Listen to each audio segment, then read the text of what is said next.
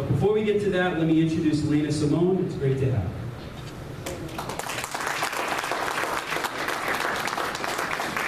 Hi everyone, thank you so much for giving me the opportunity to speak with you. I'm Laina Simone. I was built on the flyer for this event as a concerned parent, and it might not be the most glamorous job in the world, but I think it's one of the most important. Thank you. Not only do we need to educate ourselves about how wrong PARCC and Common Core are for our children, but we also have a responsibility to educate others in our communities. It's truly a grassroots effort. You may have already heard about Common Core, of course, from Dr. Sodsky. It's been all over the place, but I'm going to talk mostly about PARCC. I've always considered myself to be fairly well-versed in current events, especially those that concern my children.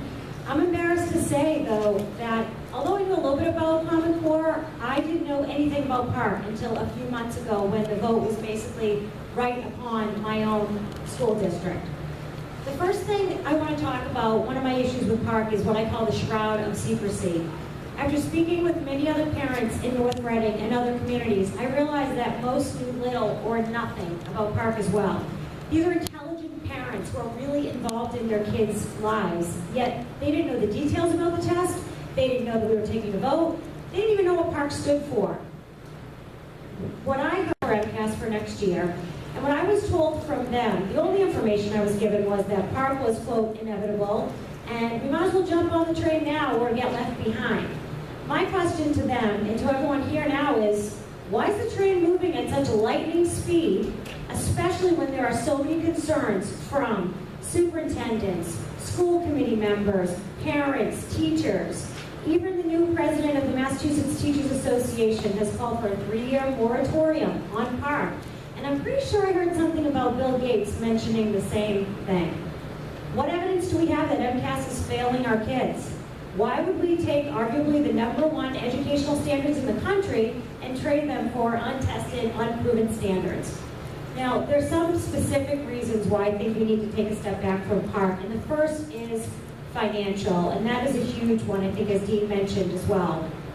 There was an article in the Boston Globe on June 16th of this year that stated that, quote, about 2/3 of Massachusetts schools face a major technological challenge. They lack enough computers, other equipment, or broadband capacity to test large numbers of students online simultaneously, according to a statewide survey by the Mass Department of Ed. North Reading, my community, is one of those communities facing that challenge. We don't have the devices, nor do we have the bandwidth, nor the support staff. I think we maybe have 5 people in all of the district to support all of this technology. In addition, the Pearson loaded software is good for 3 years. So guess what? When those 3 years are up, you need to renew the software. So that results in an ongoing cost for all of these communities. My own town, North Reading, was at a crossroads a few years ago.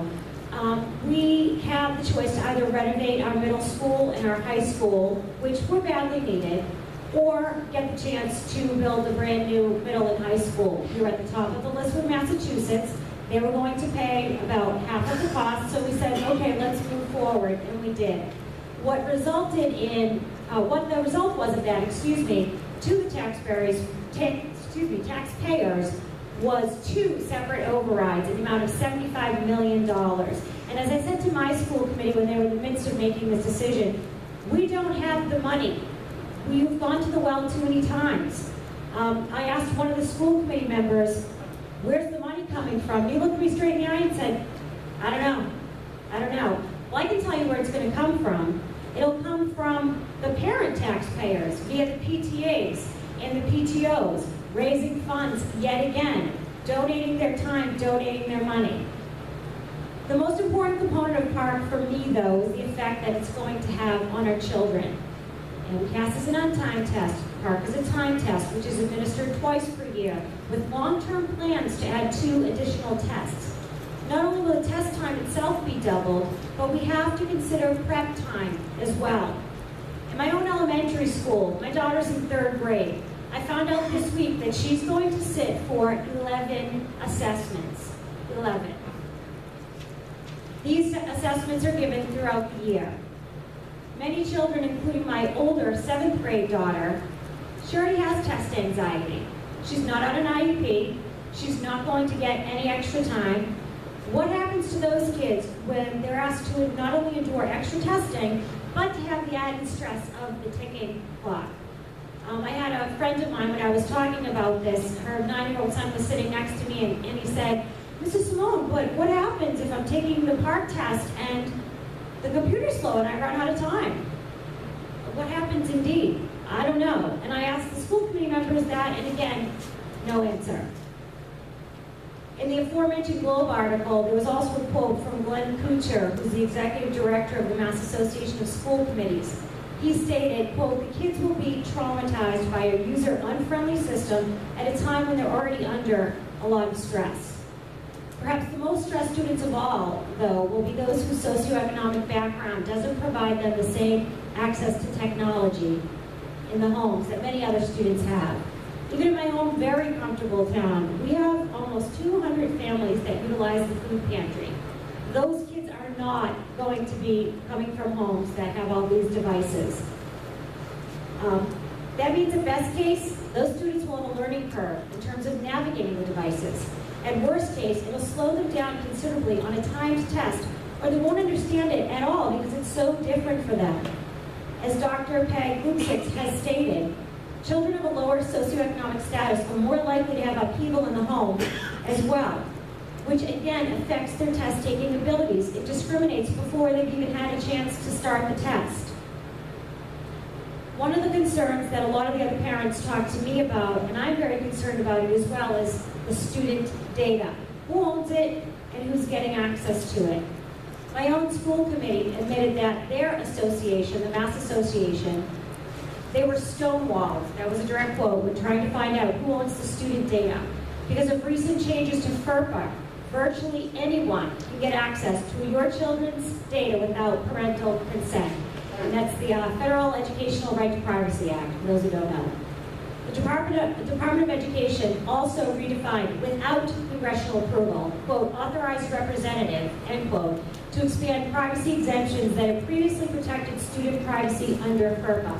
These reinterpretations, quote, remove affirmative legal duties for the state and local educational facilities to protect student data. Before, the only individuals that could access the data were people under the direct control of the U.S. Education Secretary or state education representatives. Now, an authorized rep can be anyone, such as another government agency, a foundation, a nonprofit, an individual, a for-profit, a research group. In short, pretty much anybody. As long as the data is released in connection with an audit or an evaluation of a federal or state-sponsored, quote, educational program, no parental consent is required. Just to give you some examples, the Washington State Department of Public Institute signed agreements with the Seattle Times and with the Associated Press to share student data. And they did that by calling themselves research organizations. They got the kids' data. Here's some of the examples of your children's data that are easily accessible. Their names, their addresses, family members' names, their date and place of birth, their grade level, their dates of attendance, pictures of them, participation in activities and sports, student ID numbers, social security numbers, health records. It goes on and on. This also includes biometric data. And for those of you that aren't familiar with that, that includes fingerprints, retina and iris patterns, voice prints, facial characteristics, and handwriting. Now, this may sound absolutely crazy, but there are actually schools out there right now that are having kids put their thumbprint to pay for their lunch, so it's not so far away in the future. You know, we all work so hard to protect our kids, yet school is becoming the place where they're the most vulnerable if all this data is getting out there. You know, Dr. Stotsky and many others have talked about Mitchell Chester and his conflict of interest. Everyone knows it's a conflict of interest whether the state says it or not. I was talking to my kids about it, and I said, that's like telling you guys, okay, I'm going to send you to school. You're going to do all the work, and then you are going to give yourself your grades. Okay? Sound good? I'm sure you're honest kids. I'm sure you're not going to have any bias whatsoever, correct? They laughed at me. As Dean also mentioned, the park consortium, the number of states has dropped. Now, one of the supposed benefits that was talked to about from our technology director in North Reading, one of the benefits of PARCC is the economies of scale. It's so great, there's so many states in there. Well, that kind of goes away when you see all these states dropping out. In fact, the test is listed at PARCC Online as $29.50 per student. That's the original price before all the states had actually dropped out of PARCC. It's an additional $3 to $4 for the paper and pencil test, which is what North Reading will be taking this year, and what many of the districts are opting for. In order to keep their $160 million grant in federal money, PARCC is also supposed to have 15 states. What happens to that money now that the number of states has dropped? So where do we go from here? Again, as I mentioned, full disclosure, North Reading did end up voting PARCC despite my best intentions. While it was a blow, my friend Julie Kopke and I, we got our vote delayed, and we were able to have a standing room only room full of parents show up to the school committee meeting. So there are parents out there that care.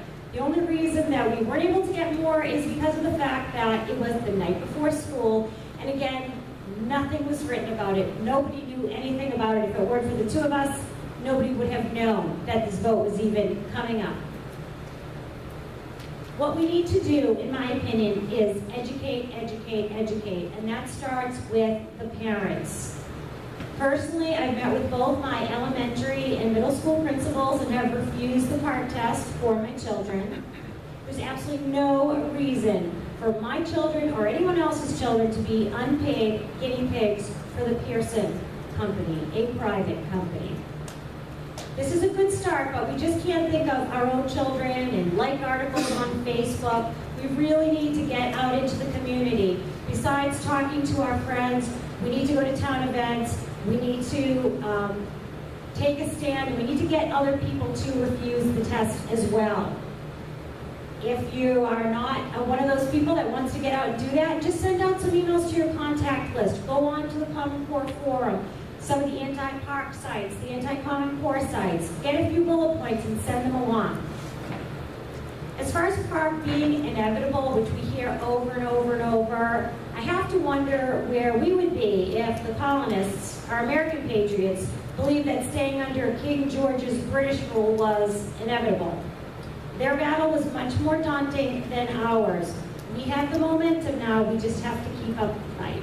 Thank you so much. Thank you. Thank you, Laina. Great job.